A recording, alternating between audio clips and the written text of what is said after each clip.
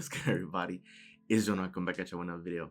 So this video is going to be about the creative process. And if you haven't heard of that term before, creative process, this is essentially the process of creation.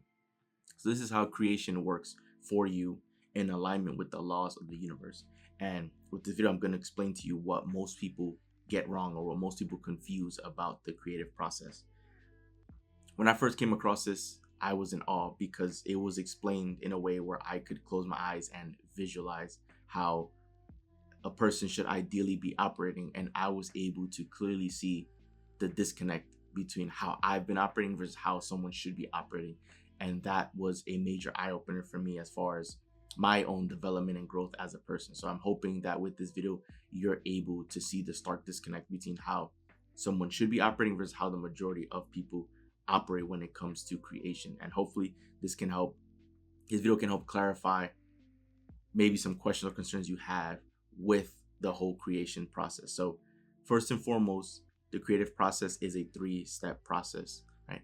The first step is you determining your desires and your preferences. Now, for the most part, this first step happens automatically because a lot of people think that they need to explicitly say out loud what their preferences or their desires are, but you don't actually have to, right?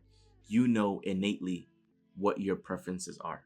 You know innately what you desire, right? And I'll give you an example. Say, for example, you are browsing the web and you start seeing, luxury condos, luxury mansions, right?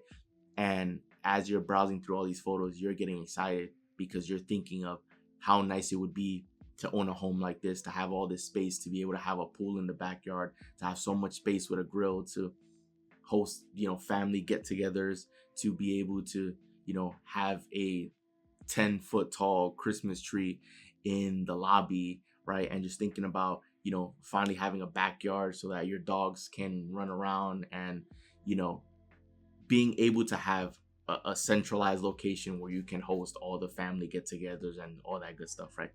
So you find yourself smiling and getting excited and just thinking about falling in love with the idea of this new home. Or it can be the same idea with the new car, right? Say, for example, you are browsing through photos and you see a new, really sleek, beautiful looking car, right?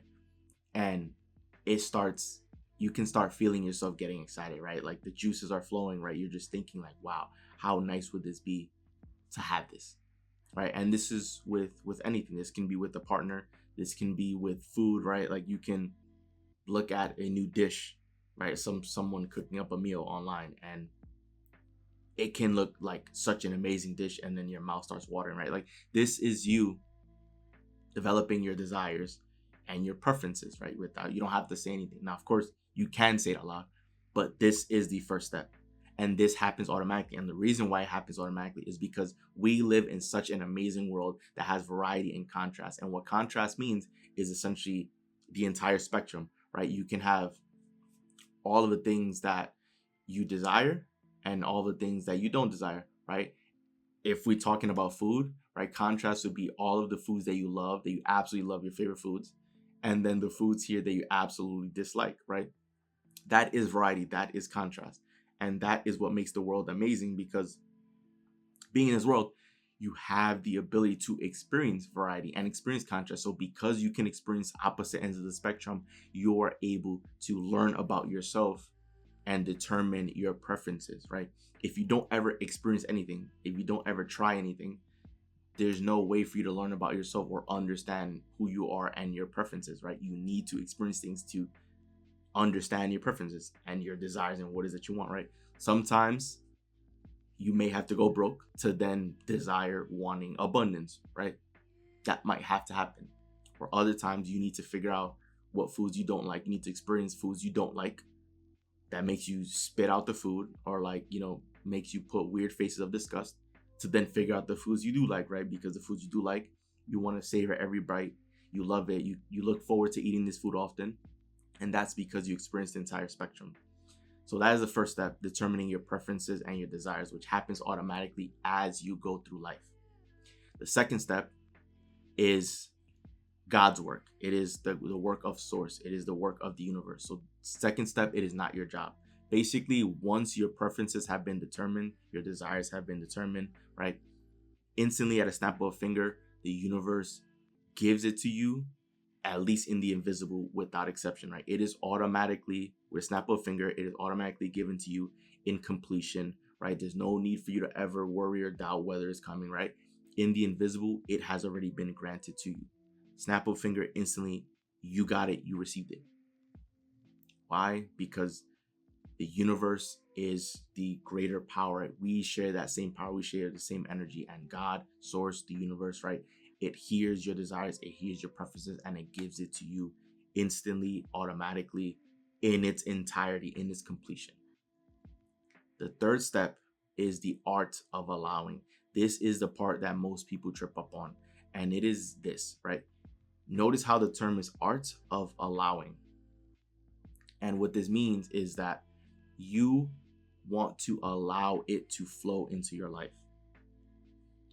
Most people think for everything in life, they have to be a go-getter. They have to go out and make it happen, right? And I think that's because people have been conditioned to be logical creatures, that they themselves always need to have the answers for everything. And if you operate thinking that you need to have the answers for everything in life, then what you're effectively saying is you're essentially not allowing life to also happen, or you're not allowing life to also flow and unfold, because there's a lot of things that happen in your life, right? Whether you want to call it miracle, whether you want to call it whatever label you want to use, lucky, coincidence, right? There's so many events that's happened in our lives that literally cannot be explained because they're statistically improbable or statistically impossible to happen, and yet it did, right? We're like all the pieces magically seem to fall into place to give us whatever it is that we wanted and what we desire, right?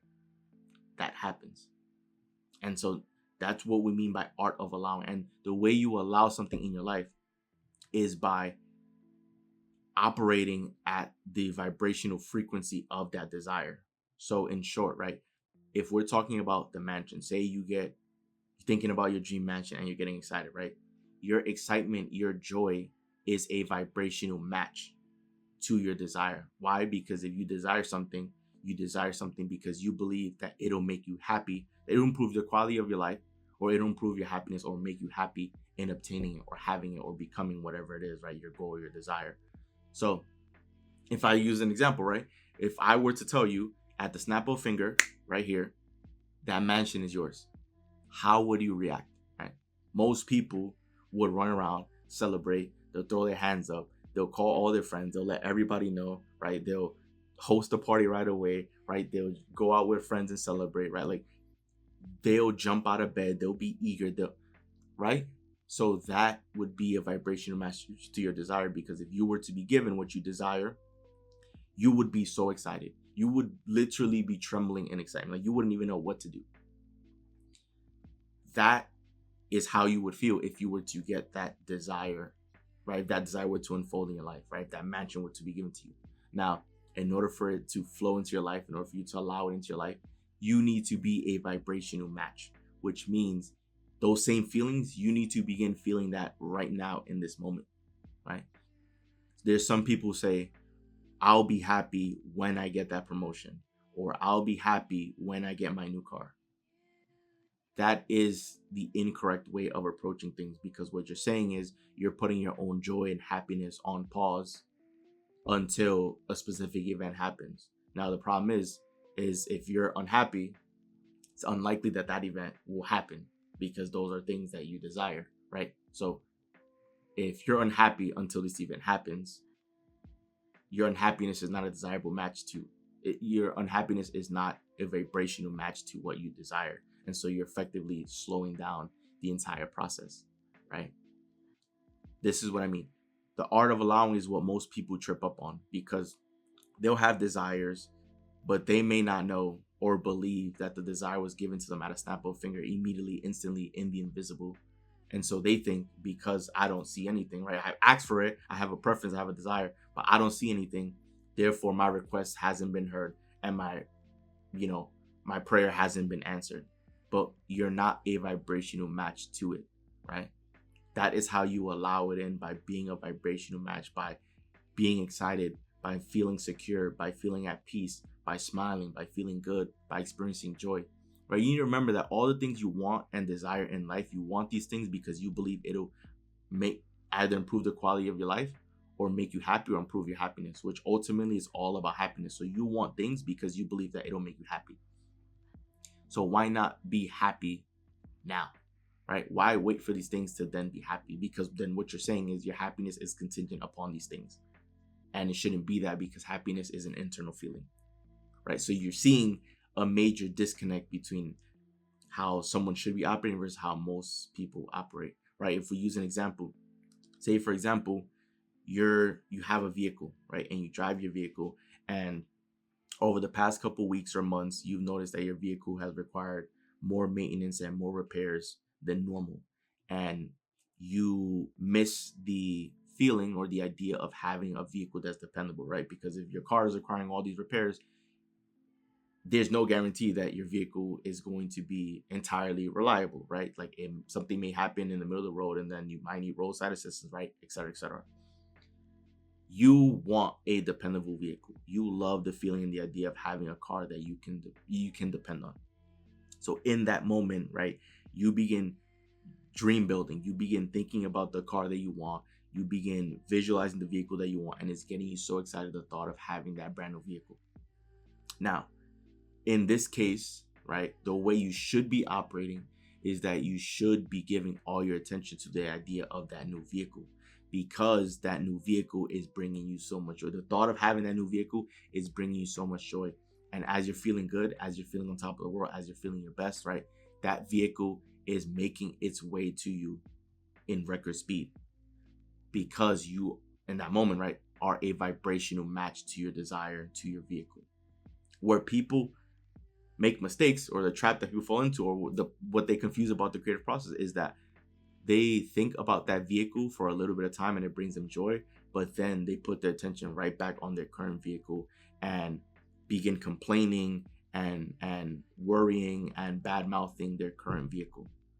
So because their attention has now shifted from their ideal vehicle, their dream vehicle, to the current unreliable car, and it makes them frustrated thinking about their car and talking about it, right? But because they put their attention on the car, they begin feeling negative emotion, and so they're continuing to attract essentially the same vehicle and repel the idea of the dream car, right? Because if you're focusing your attention on the current vehicle and you're talking about all the problems, all the issues that it has with it, then what are you effectively doing? You're being problem oriented, because you're focusing all your attention on the problem. You've already said that you want a new vehicle, but you keep talking about, and you keep thinking about, and you keep focusing on and looking at the current vehicle that's giving you problems, right?